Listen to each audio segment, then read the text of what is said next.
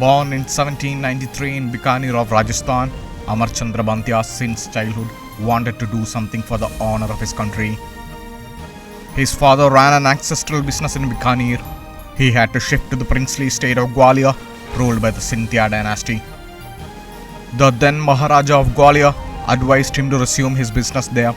His hard work paid off. Noticing his mastery over financial affairs, Jayaji Rao Scindia appointed him as the treasurer of Gwalior. Then in 1857, with the hatred against the British rising in the country, Amar Chandra Bandia's colleagues often told him to pick up arms against the British. He said he cannot pick up arms, but when the time comes, he will contribute to the freedom struggle. He said that freedom fighters will appreciate his contributions. यूं तो देश में कई ऐसे क्रांतिकारी पैदा हुए जिन्होंने अंग्रेजों से लड़ते लड़ते अपने प्राण त्याग दिए या फिर हंसते हंसते फांसी पर झूल गए। इनमें से एक नाम है ग्वालियर के अमरचंद भाटिया। ग्वालियर के अमरचंद भाटिया उस समय ग्वालियर रियासत के गंगाजली कोष के अध्यक्ष थे और उन पर आरोप था कि महारानी लक्ष्मीबाई और उनकी सेना को सिंधिया रियासत के पूरे खजाने को उन्होंने सौंप दिया।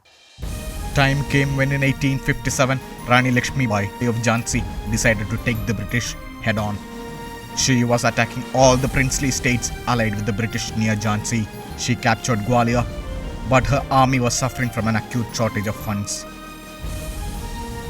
Seeing the situation in Rajasthan, Amar Chandra Bantia decided it was his time to act.